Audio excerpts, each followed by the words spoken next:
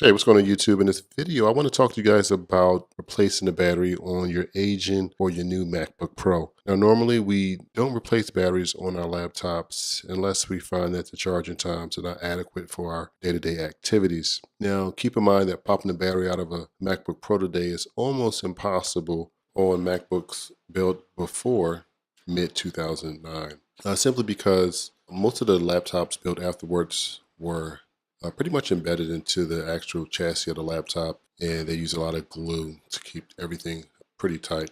Otherwise, I would say leave it up to the pros to replace your battery. You can either swing past the Apple Store or a authorized agent who's trained to have the batteries replaced, just to ensure you don't ruin your expensive investment. Now, the laptops do come with a 1-year warranty, but after that 1-year warranty is up, you're pretty much on your own unless you do have Apple Care, which only works if your battery itself only can reach up to 80%. So anything above 80%, they will not replace the battery at the Apple Store. I'm not sure about the authorized agent. Now keep in mind, if you do have a 2016, 2017 13-inch MacBook Pro without the touch bar, they are running a special battery program where you can get the battery replaced. Apparently the batteries have been expanding. So if you do, what I'll do is I'll leave a link below in terms of where you can go to check to see if your laptop is eligible for the program for free. Other than that, new MacBook Pros moving forward will be designed a little bit different, which is going to make it easier to get those batteries replaced, so not as much adhesive.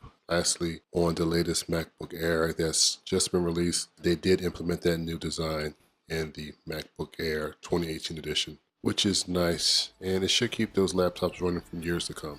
But otherwise, I appreciate you guys watching. If you guys have any questions about the battery replacement for the MacBook Pro, don't hesitate to leave the comments below. Otherwise, if you like the video, go ahead and subscribe, and I will talk to you guys in the next one. Later.